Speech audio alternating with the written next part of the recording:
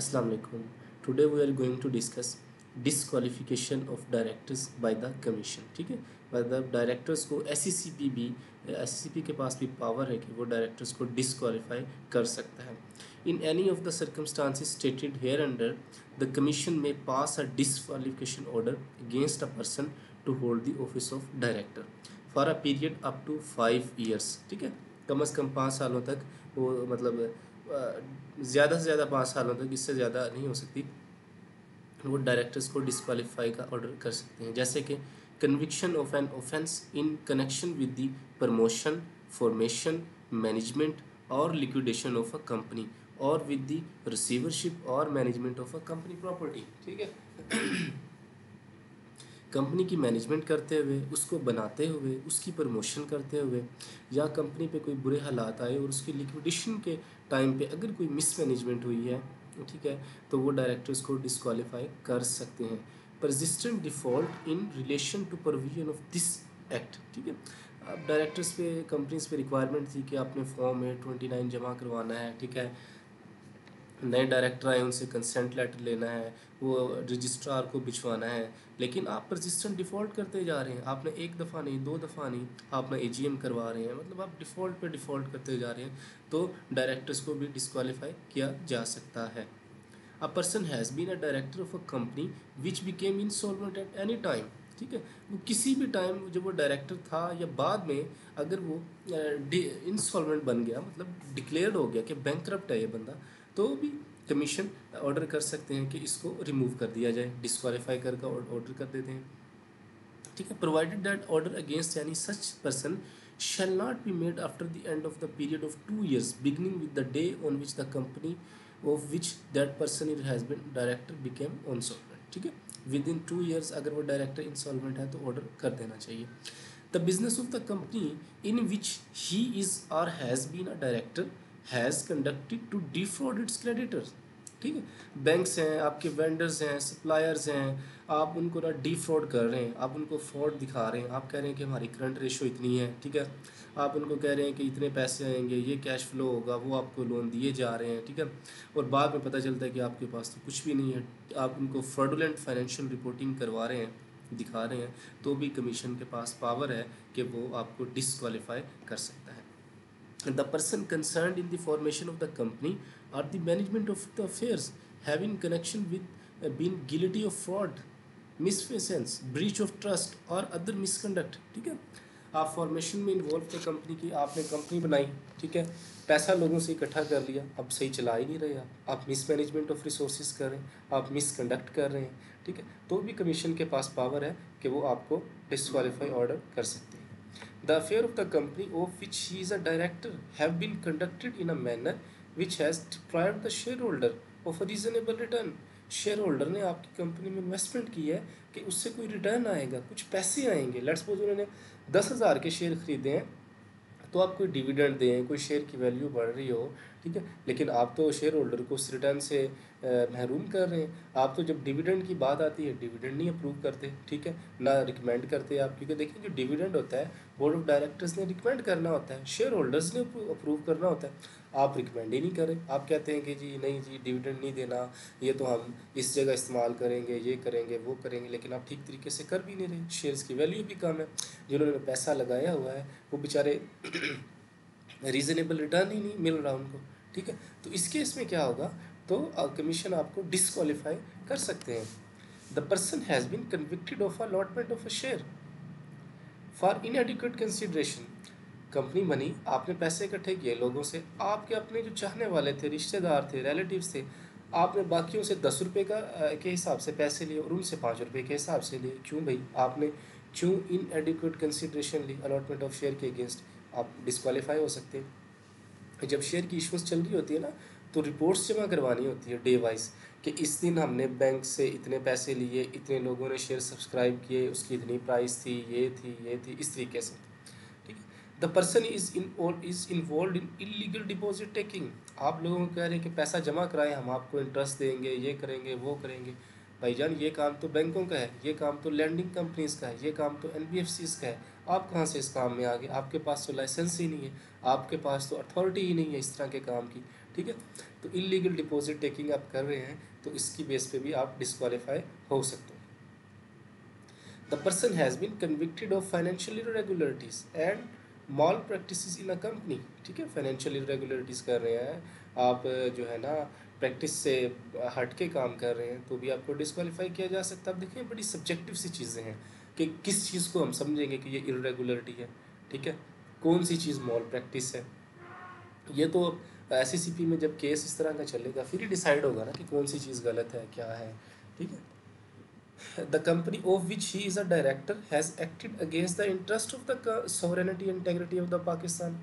आप जिस कंपनी के डायरेक्टर हैं उस कंपनी में पाकिस्तान की सोवरेनिटी, सालमियत और इंटेग्रिटी, ठीक है, उसके अगेंस्ट कोई काम किया है आप, जिससे कि स्टेट की सिक्योरिटी वगैरह जो है, friendly relationship with foreign state वो ख़राब हुए हैं, ठीक है। लेट्स सपोज आपने चाइना के साथ हमारे बड़े अच्छे ताल्लुकात हैं, आपने चाइना के वेंडर के पैसे ही मार लिए, ठीक है, आप पैसे ही नहीं वापस कर रहे उसके, तो वो जो है ना उसमें आपको हर जगह रिपोर्ट कर रहा है, आपको अपनी एम्बेसी में रिपोर्ट कर रहा है, पाकिस्तान की एम्बेसी में कर रहा है, ठीक है, और एससीसीपी तक ये मामला चला गया है। तो इन मामलात में सारे में एससीसीपी आपको डिस्क्वालीफाई कर सकते हैं। The company of which he is a director refuses to act according to the requirement of the memorandum or articles. Memorandum article जब आपने बनाया उसमें लॉज रेगुलेशंस प्रॉपर लिखी, ये काम होगा, ऐसे होगा, ये बैंक्स के अथोराइज सिग्नेटरी होंगे, ये सैलरी लेंगे, ये करेंगे, ये रेमुनरेशन होगी, आप उसके मुताबिक ही नहीं चल रहे। The person is convicted of insider trading, आप इनसाइडर ट्रेडिंग करना शुरू हो गए, आपको पता है कि शेयर की आप ये प्रोजेक्ट कंपनी करने जा रही है, इससे वैल्यू बढ़ेगी, कम होगी, ये होगा, वो होगा, उससे मार्केट में मैनिपुलेशन क्रिएट हो रही है, ठीक है, और आप जो है ना पैसे बना रहे हैं। आपको पता है कि हमने एक प्रोजेक्ट करना है जिससे ना शेयर की वैल्यू बड़ी ऊपर चली जाएगी, लिहाजा आप अपने शेयर को होल्ड करके रखे हुए हैं, ठीक है, लोग ट्रेडिंग मार रहे हैं। अब एंड में क्या होता है कि आप शेयर को होल्ड करके बैठे, आपको पता है कि यार 10 दिन बाद वैल्यू बड़ी अच्छी हो जाएगी, ठीक है, और वही हुआ, आपने पैसे बना लिए। क्यों? क्योंकि आपके पास इनसाइडर इन्फॉर्मेशन थी, ठीक है, या आपको पता था कि यार हमारा ना ये मेजर कस्टमर जो है ना वो छोड़ गया है, तो कंपनी का रेवेन्यू आने वाले दिनों में कम हो जाएगा, ठीक है, आपने अपने शेयर बेच दिए, अच्छे खासे बेच दिए, ठीक है, क्योंकि आपको पता था कि लॉस होने वाला है, आपने बेच दिए हैं ज़्यादा वैल्यू पे, ठीक है। अब बाद में वो कस्टमर लॉस हुआ, उसके आफ्टर इफ़ेक्ट्स आए, अब जो है कंपनी के दूसरे शेयर होल्डर्स उनको नुकसान हो रहा है, लेकिन आप तो इनसाइडर थे, आपने तो पैसे बना लिए, तो इस केस में भी आपको डिस्क्वालीफाई ऑर्डर हो सकता है। The person has entered into a plea bargain agreement with the national accountability bureau और एनी अदर रेगुलेटरी बॉडी, ठीक है। आप किसी का वादा माफ गवाह बन रहे हैं, या कोई नैब की कोई जो है ना इश्यूज़ चल रहे हैं आपकी कंपनी के साथ, अरेंजमेंट्स हैं, तो इस केस में भी आप जो है वो डिस्क्वालीफाई ऑर्डर हो सकता है। The person has been declared a defaulter by the security exchange,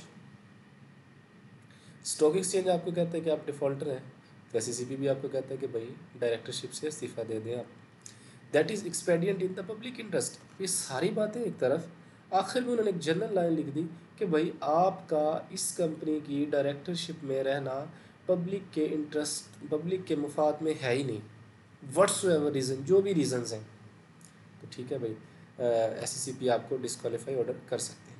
where a disqualification order is made against a person who is already subject to such an order, the period specified in those orders shall run concurrently। आपको एक से ज़्यादा order हो चुके हैं तो हर एक का अलग अलग पीरियड चलेगा। लेट्स सपोज एक ऑर्डर हुआ आपको कि आप 2025 तक जो है ना और डायरेक्टर्स नहीं बन सकते, तो 2023 में हुआ था, 2024 में फिर आपके खिलाफ ऑर्डर हो गया कि आप 2026 तक नहीं बन सकते, तो इस तरह चेंज चलती रहेगी। आप अगर आप कहें कि यार मेरा 25 की लिमिट मेरी ख़त्म हो रही है, नहीं भाई, जो दूसरा ऑर्डर आया उसमें आपको 26 तक डिस्क्वालीफाई किया गया तो वो अप्लाई होगा अब आप पे। An order under this section shall be made by the commission, ठीक है, बिफोर में, या कमीशन कर सकता है खुद बजाते खुद, या कंप्लेन आ सकती है आपके खिलाफ कमीशन में। Before making any order the commission shell afford the person opportunity of representation of and being heard. आपको ऐसे नहीं है कि बस ऑर्डर हो गया कि जी आप डिस्क्वालीफाई हैं, नहीं, आपको प्रॉपर अपॉर्चुनिटी दी जाएगी, आपको रिप्रेजेंटेशन आपसे ली जाएगी, आपका स्टांस लिया जाएगा, आपका वकील होगा। Any order made by the commission under this section shall be without prejudice to the power of the commission to take such further action. ये कमीशन की जो है एक बस पावर आपको बता दी, इसके अलावा भी कमीशन के पास पावर्स हैं। उसके बाद जी ये बड़ा इंपॉर्टेंट सेक्शन था, अक्सर और बेशतर पेपर में आता रहता है कि कमीशन कब कब डिस्क्वालीफाई ऑर्डर कर सकते हैं, ठीक है। इसी तरह के personal liability for companies debt where person act as while disqualified. एक बंदा था डायरेक्टर बना लेकिन वो डिस्क्वालीफाइड हो गया, लेकिन अभी भी ना कंपनी के ऑफिस पे बैठा हुआ है, ठीक है, या वो डिस्क्वालीफाई हुआ बाद में पता चला और उसने ना कुछ कॉन्ट्रैक्ट वगैरह किए हैं, तो क्या होगा कि वो पर्सन पर्सनली लाइबल होगा उन कॉन्ट्रैक्ट्स के लिए, उन डेट्स के लिए। In contravention of disqualification order, he is involved in the management of the company, or as a person who is involved in the management of the company, he acts on instruction given without the leave of the commission, ठीक है। तो क्या होगा, आपको आप उनके लिए उन एक्शंस के लिए खुद बजाते खुद पर्सनली लाइबल होंगे। Provided that where the decision is taken in the board, the disqualified director shall be personally responsible to the extent of proportionate amount of liability. एक बंदा कहता है कि यार मैंने ठीक है, मैं डिस्क्वालीफाइड हो गया, मैंने ये कॉन्ट्रैक्ट कर लिया, अब सारा कॉन्ट्रैक्ट तो मेरे पे ना डालें।